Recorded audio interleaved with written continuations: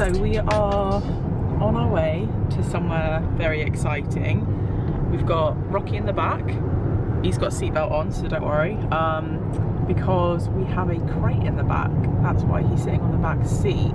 So we're actually on the way to a rescue centre to hopefully go and collect a puppy.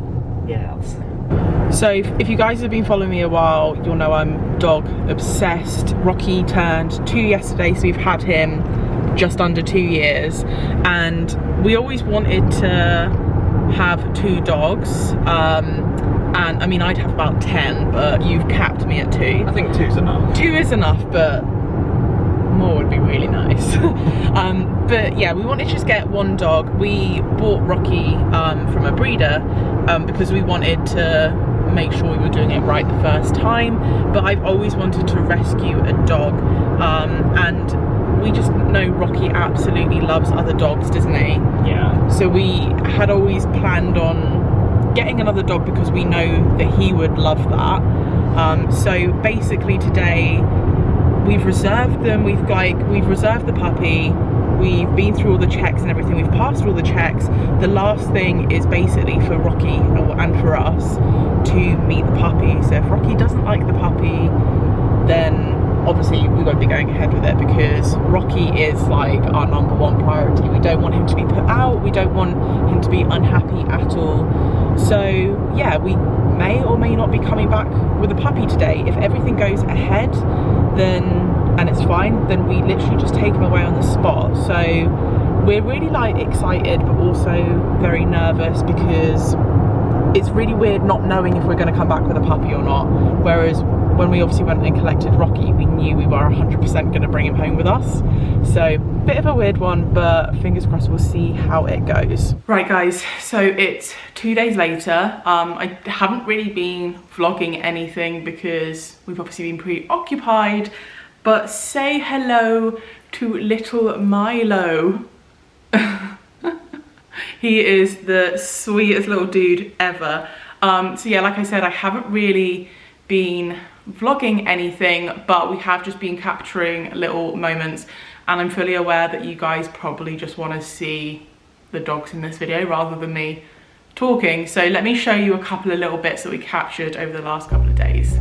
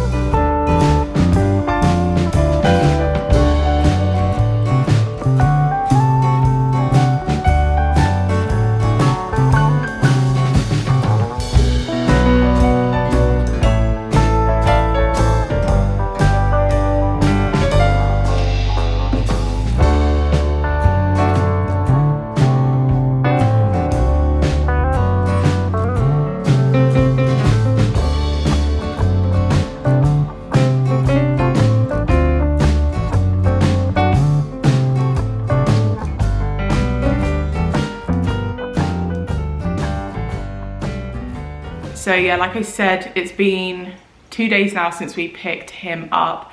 I know I'm probably going to have quite a lot of questions, so I thought I would try and answer as many as possible. And then obviously if you guys have any more, just drop a comment down below and I will try and answer them. So Milo is a rescue puppy. We picked him up from a rescue centre called Many Tears Rescue, which I found about them years ago really, and we had considered rescuing a dog before we got Rocky. And for any new subscribers here, Rocky is our Cavapoochon. He is now 2 years old, and we bought him from a breeder. And I'd always wanted to rescue a dog, but we just wanted to get a puppy from a breeder first time round, just to kind of make sure we were doing it 100% right. And then with the second one, we knew that we wanted to rescue. So Milo is the same breed as Rocky. He's a Cavapoochon. I don't know exactly what mix he is. So Rocky is half toy poodle, quarter Cavalier, quarter Bichon. I don't know what percentage of what Milo is. I don't think he's half poodle because he looks very, very different to Rocky and his coat's very different. But yeah, he's 16 weeks old. He was at the rescue centre because he was unable to be sold by the breeder because he has an overshot jaw. It's his bottom jaw sticks out a little bit further than what is considered normal. It shouldn't really affect him. There's nothing wrong with him health-wise. He's had full vet checks. This is obviously our first time rescuing. We weren't 100% sure what to expect. But that's one thing I did massively research Many Tears. I looked at those other places as well, but we love Rocky's breed. It's not that we were expecting to have exactly the same breed, but we knew we wanted a similar size dog, maybe like another poodle cross or something like that. So it's just a massive coincidence that he is exactly the same breed as Rocky. Do you know what? I found this whole process so nerve-wracking because the whole way through I was just so worried about little things that weren't an issue last time, like whether Rocky would like him, whether Rocky would feel put out having another dog. We know that Rocky likes other dogs. He doesn't have issues with other dogs. So we knew he wasn't going to be an issue that way, but our main concern was that obviously Rocky is like our baby and we didn't want him to feel put out. But they have been so far getting on so well. The first day we brought Milo back, me and Steve both actually had a little cry because Rocky was just being so sweet with him and he was like, kept on checking on him and like nuzzling up to him. So far they're getting on really well. And actually since we've got Milo, he has changed so much. Literally that first day that we brought him back, he wouldn't walk anywhere. He would just sleep. He wouldn't move.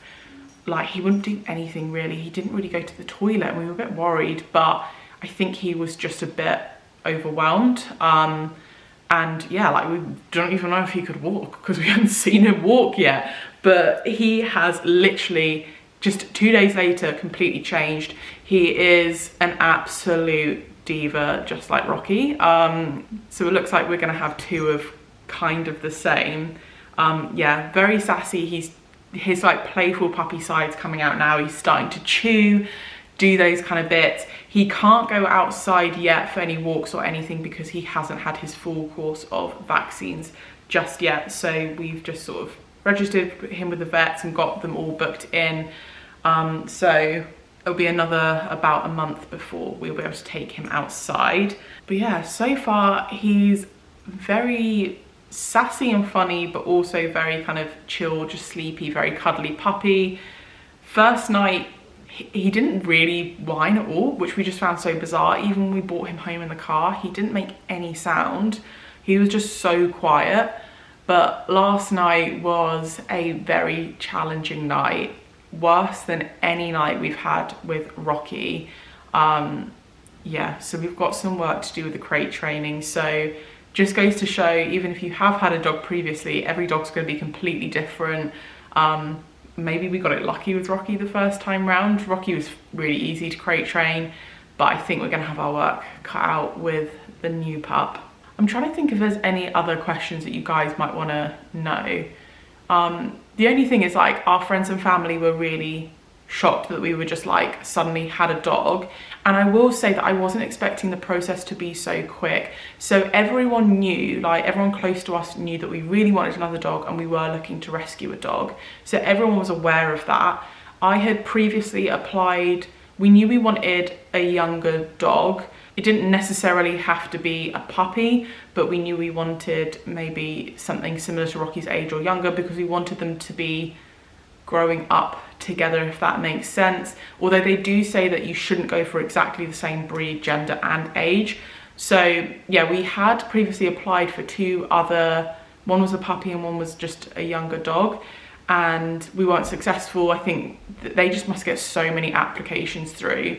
But yeah, we applied for him on the Friday, found out that we had to do all the home checks on Saturday, and then they were basically like, yes, you've passed your home checks. And we could have picked him up on Monday, but we both needed to go and collect him. So we needed to obviously make sure Steve could get the time off of work. So that's why we picked him up on the Tuesday. So it was a very, very quick process. And even going on the Tuesday, we had to, let me talk about the whole process, because I just did not know what to expect. So basically, I don't know if it's the same with all rescue centres, but we applied to adopt him online. You had to fill in so many questions, like so many questions. And I'm not complaining, I think that is a great thing. And I will say that this rescue in particular is extremely particular who they rehome their dogs to. And I actually think that is a massive positive, because they very much want the dogs to have forever homes, which is amazing. But yeah, so you apply this form online. It asks you everything, like your working situation, your ages, who lives in the house, size of your garden, if your garden's secure, like where you live, things around you. Literally, it's a massive form. You then press send and they say they'll get back to you, and you either get an email saying like you've not been successful, or you'll get another email just asking you to reconfirm some of the questions. And it does say don't be offended, you know, it's just how they do it, which we are totally fine with. So we answered all the questions, and then they gave us a call, just talked through things with us, made sure, you know, I guess that our story was straight, and sort of asked us a couple more questions and stuff. Yeah, and then we had a home check. So this is probably the bit I'm going to get the most questions about. We are currently in England in a lockdown. So normally they would send someone round to your house to do a home check. They can't do that because obviously we are in lockdown. So we did it just over WhatsApp. So they say you can either do it live or you can just film some videos and just send them over. So that's what we did. We did ID checks. We filmed around our kind of like downstairs area, all around the garden, showing them all the fences were secure, showing there was no gaps under any of the fences, making sure it's really safe. Even things like they asked me, what do you do when you answer the door? So they want to make sure that when you do answer the door and do daily stuff like that, you have somewhere safe for the dog to be so it doesn't run out on the road, basically. Yeah, so we did that. And then like an hour later found out we passed the checks, and then they were like, right, you're good to go. But then going up on the Tuesday, we had to bring Rocky with us to do a, I don't know what they call it, like a meet and greet check to make sure Rocky had no signs of aggression or anything like that, which we knew he wouldn't anyway, and then go through more paperwork and questions with them. So it was quite a quick process. The turnaround was obviously, I understand, like they just want to get the dogs in homes as soon as possible, but it was an extremely thorough process. So Milo has been checked by the vets. We have all his vet records. He was microchipped. This is all stuff that you would expect when getting a puppy from a breeder anyway. So he's had full checks and we know that he's, you know, happy and healthy. Yeah, the question I think I'm going to get asked the most is about lockdown. So I'll be honest and say I don't know what the situation is when it comes to picking up puppies from breeders. I don't think it's allowed, but I'm not entirely sure. Obviously, we knew we weren't picking up a puppy from the breeder, so yeah, we aren't sure what the situation on that is. But I obviously asked the rescue centre and said, look, at the time, Wales had just come, because we got him from Wales. Wales had just come out of their lockdown and we were in our lockdown, and I said, look, what's the situation? Are we actually allowed to? And they said that yes, you are allowed to, because I think the rules are different when it comes to rescue dogs. Because obviously it's not the situation. A breeder can easily hold on to a puppy for an extra few weeks. A rescue centre can't do that. But what they did do is they provided me with a letter of intent, so that if we were for any reason to be pulled over and they were asking why we were travelling during lockdown, there is a clause that says that you're technically allowed to. So I had a letter just in case, and it was fine. No one stopped us or anything like that. And obviously we literally just went straight to the centre. We had masks on, and you know, went straight home. We didn't stop anywhere else. So a little bit weird doing it during lockdown, and I know I'm sure so many people have like different opinions on that, but obviously one thing I will say though is it seems to be very evident that people are getting puppy fever during lockdown. And I will say that this wasn't a lockdown puppy for us. We've been looking like for a puppy for about a year. So this isn't, it's not like a COVID, oh look, we're all at home, let's get another puppy. And I will say that it does seem like a lot of people are doing that. Even when I was trying to go and buy like puppy food and puppy bedding, and the shelves were like empty. Because people are just adopting, and the prices of puppies have gone up sky high. So anyone thinking about, you know, adopting or, you know, buying a puppy from a breeder at the moment, please, please, please make sure that it's not just for lockdown. Obviously getting a dog is a huge commitment, and yeah, not just for lockdown. So make sure you're kind of, yeah, thinking about the dog and putting the dog first. And also one other thing that I thought was kind of a great thing, with many tiers, they basically say that, especially now, because we didn't know this, but people are rescuing, because the prices of puppies are so high right now, because the demand is so high, because of lockdown and people being at home and working from home and wanting a dog, which I do understand that, but the prices of puppies have now rocketed up. I know, especially because my sister is also getting a puppy, and she just said it's crazy how much the prices have like tripled just since COVID. So the rescue centre said that they're experiencing a lot of people who are rescuing puppies or dogs and then selling them for a profit, which is disgusting really, that people would do that anyway. But with many tiers, they basically said, we are not allowed to ever sell Milo. His microchip has something in it, which basically says that many tiers, the rescue centre, are essentially kind of like a secondary owner. So if we were to ever sell Milo and his new owners register his chip, many tiers would be flagged and they'd have to repossess the dog, essentially. So they do not allow you to sell the dog on, and they say for whatever reason, if it doesn't work out, if it's not a good fit, if you're not happy, please return the dog to them and they will find a suitable home. And I think that is great, because it does kind of remove that issue of arseholes trying to make money out of a vulnerable situation. So yeah, we are 2 days in. We are very tired. Not had much sleep last night, but overall we're doing so well. Rocky's really like just excited to have a little puppy in the house. Milo has gone from being shy, shaking, not moving, just quiet, to literally his tail wags all the time.